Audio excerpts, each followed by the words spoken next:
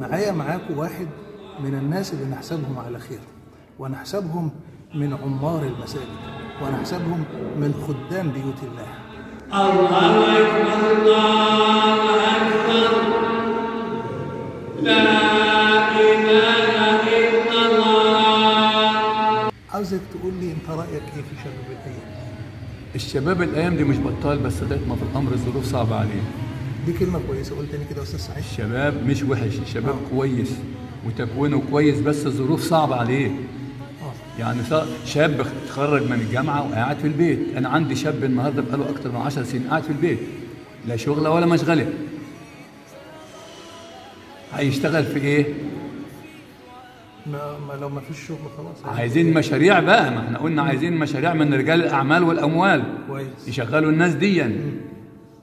لكن انا بتكلم عن سلوكياتهم عموما يا استاذ سعيد. ما فيش مشكله، السلوكيات بتاع الشباب النهارده مش بطال. انا بشوف شباب كتير بيخشوا المسجد وبيصلوا وملتزمين، ان كان في نوادر يعني بتبقى مثلا كده معلش، لكن هي كل وطن فيه كده وكده. شيء طبيعي.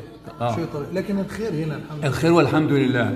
الخير والحمد لله. الشباب هنا كويس.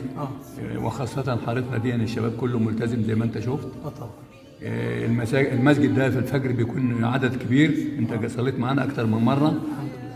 فيعني بقول لحضرتك ان الشباب مش وحش، يعني الظروف اللي صعبه عليه. لكن الشباب الحمد لله كويس وربنا يصلح حاله.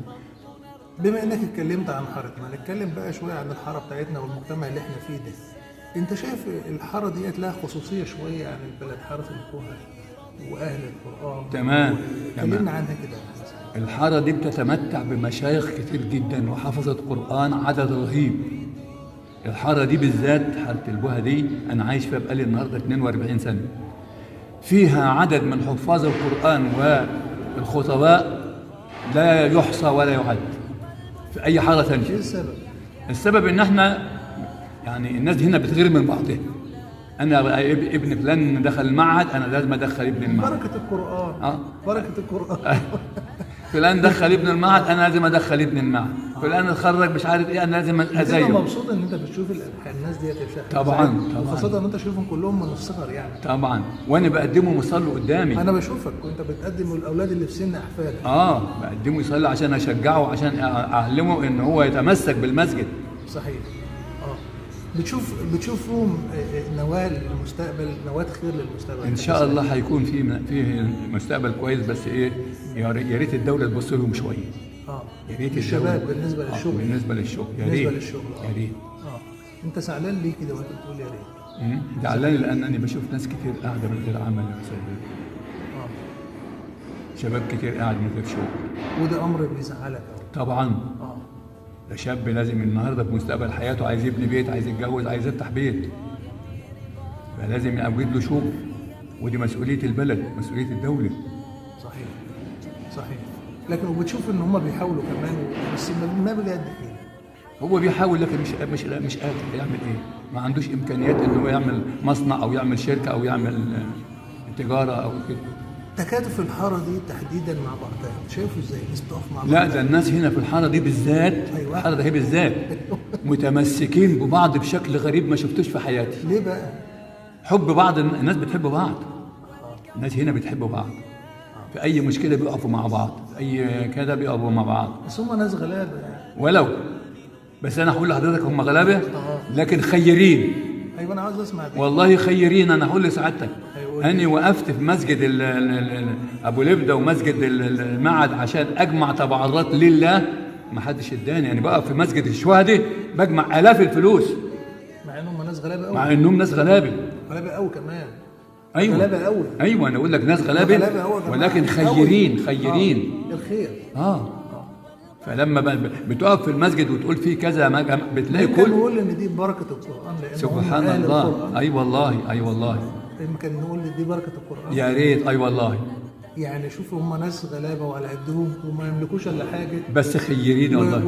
وبداوا يعلموا اولادهم القران. فيعني انا شايف، يعني انا حضرت قصص منشأ مثلا الشيخ نايل الله يرحمه. يعني واحنا يعني قريبين من السن، شفت يا عم عبد الحليم الله يرحمه ويحسن اليه ابو نايل؟ أيوه. وهو كان حريص انه يخلي نايل ده يحفظ القران ويبقى كويس. تمام. شفت عم صبحي وهو بيخلي الشيخ محمد صبحي يحفظ الله القرآن يرحمه. عشان يبقى علامه كبيره. شفت الحاج محمد احمد ابو سعيد لما بيكلم شيخ نوري ربنا يشفيه يا رب ويبقى كده. تمام. وشفت عم رفعت وهو بيكلم شيخ فرج عشان يبقى كذا كذا كذا. برضه رجع بقى شويه بقى في الشارع، جه بقى الشيخ سليمان والشيخ محمد الشحات يعني ايه، ربنا جابت يبارك سلسلة فيهم، بعض. ربنا يبارك فيهم. تقول ايه لطفره المشايخ دي؟ نقول لهم أو تقول ربنا، عنهم إيه؟ اقول لهم ربنا يوفقكم، انتوا في اتجاه سليم. حفظة القرآن دول ربنا سبحانه وتعالى جل شأنه هيخليهم يوم القيامة قدوة الناس، لأن القرآن ده حافظ صاحبه. فلما تحفظ القرآن النبي قال من قرأ حرفا من كتاب الله فكأنما كتب الله له الحسنة والحسنة وعشر أمثالها. فالناس يعني الناس حريصة على أنها تحفظ القرآن. شهر رمضان في الحاره هنا حاج سعيد، وبالذات في المسجد، احكي لي كده عن شهر رمضان. هتشوف في مسجد الشهداء في شهر رمضان ما فيش مكان لعيل يقف. هتشوف في المسجد ده بالذات، وانا عايزك تزوره في الشهر ده، هتلاقي هنا في كل فرد عدد رهيب من البشر مش موجود في اي مسجد تاني. شايف ان انتوا حريصين على النظافه بتاعت المسجد وحريصين على كل حاجه تبقى صح، والشيخ سيد العيسى كتر خيره برضه. تمام. يعني صراحه يعني بجد مش مقصر في حاجه والله. ربنا يديله الصحه. والله. البلد لما تسمعك يا حاج سعيد وعاوزه منك نصيحه تقول لي ايه؟ البلد اقول للبلد تمسكوا ببعضكم وتتفرقوش، واصلحوا ذات بينكم حتى تنالوا اجر ربكم. ويا ريت كلنا نبقى ايد واحده، ما نبقى ايد واحده، ما نتفرقش، نتمسك بكتاب الله، نتمسك بالاعراف الطيبه اللي موجوده في البلد، نكون خيرين، نساعد بعض، نبقى اسره واحده. الظروف صعبه ولازم نساعد بعض. لازم نساعد بعض، الظروف صعبه يبقى لازم نساعد بعض. يعني البلد هنا كويسه مش وحشه، البلد كويسه وكويسه جدا. انا عاوز بس تدي امل للناس. البلد كويسه جدا جدا وفيها فلوس كتير، بس عايزه توعيه، عايزه وعي، عايزه نصيحه. تنصح الناس اللي هم اصحاب الاموال او اللي ربنا سبحانه وتعالى بيسر عليهم حاج سعيد، واحنا في شهر رمضان شهر الخير. ما انا نصحت الاول قلت لك فلان وفلان الحاج. لا احنا بتكلم على الناس الطبيعيين الناس الطبيعيين على قد ما يقدروا يتبرعوا للناس المساكين عشان تبقى اسره واحده، في تكافل بيننا وبين بعض. ما نحسسش الناس الفقراء انهم في هذا الشهر ضعفاء او محتاجين. ايدنا على رؤوس الايتام، نشوف العائلات اللي محتاجه نساعدها على قد ما نقدر. ما نستناش لما حد يجي يسالنا، احنا اللي نروح نسال على الناس. يعني انا بقى بشكر الحاج سيد العيسوي، عامل كتالوج للحاره كلها، عائله عائله عائله عائله، عارف ده مين وده مين وعنده ايه وحالته ايه. فده يعني يحسب له. السلام ورحمه الله وبركاته. طيب كلمه اخيره كده او نصيحه اخيره للدنيا كلها اللي بتسمعك يا حاج سعيد. للدنيا كلها؟ والله. للدنيا كلها أنا بقول يا ربي اصلح لنا ووفقنا جميعا، ونلتزم بقوانين ربنا وقوانين البلد برضو، وما نضغطش على بعض، واي مشكله نحلها. وانا كنت عايز اقول ننشئ مجلس عرفي في البلد يتولى حل القضايا وفض المنازعات بين الناس بدل المحاكم والمراكز والكلام ده.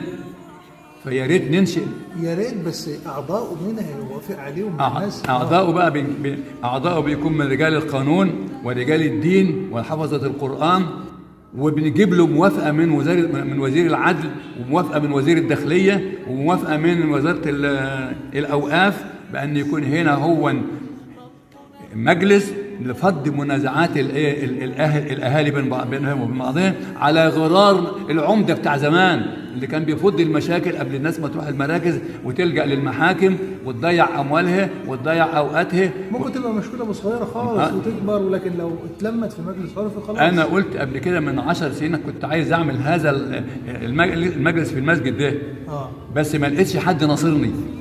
لا احنا موجودين معاك اهو. أنا قلت الكلام ده ومن على المنبر ده، قلت عايزين نعمل هنا مجلس لفض منازعات الأهل بين الأهل وبعضهم، بدل الجري في المحاكم والمحاماة والغرامات والكلام ده، بس ما لقيتش حد نصرني. فيا ريت نعمل مجلس على مستوى البلد، على غرار العمدة بتاع زمان لما كان بيفض المشاكل قبل ما تروح المراكز.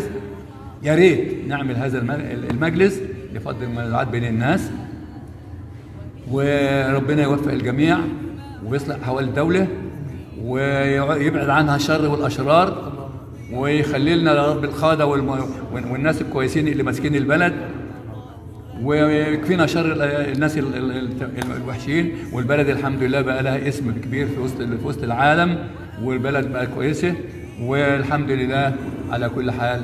واشكرك يا استاذ عماد. انا سعيد جدا وفخور ان انا كنت موجود معاك. الله يكرمك.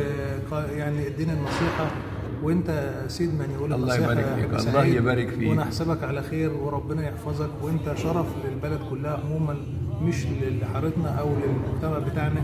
فانت قدوه كبيره جدا جدا في حياتنا، بنشوفك وبنتعلم منك عن طريق العمل. فربنا ربنا يجعل العمل ده في ميزان حسناتك، واللي قلته ده كله يا رب ربنا ينفع بيه.